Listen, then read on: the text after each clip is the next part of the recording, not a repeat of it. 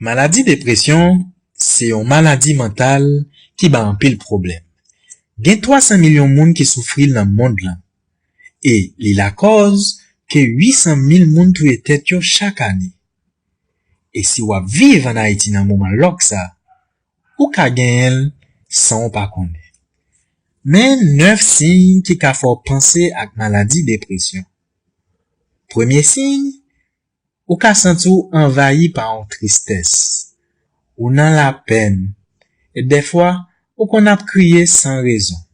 Deuxième signe, ou ka changer nan façon ou manger, ou ka vin manger en pile, ça rele boulimie, et comme ça tout, ou ka pas envie manger du tout, ça rele anorexie. Troisième signe, li pral modifier nan façon dormi, ou ka passer presque toute journée à dormir, ça que l'hypersomnie, et même jan tout, ou ka pas ka dormi du tout, ça rele insomnie. Quatrième signe, ou toujours senti ou fatigué même si fait journée à dormir.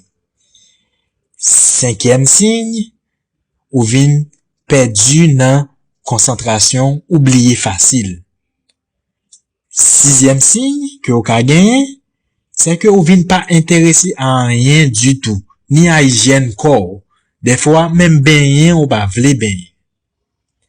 Septième signe que ou ka genyen, maladie ça ka fait ou vin gros et comme ça tout di ka fò vin maigre.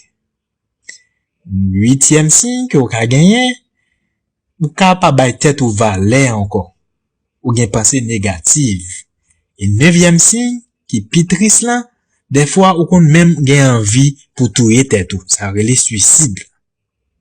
Sou gen 5 signes dans ça m'soti ou là, c'est qu'on fait dépression. Mais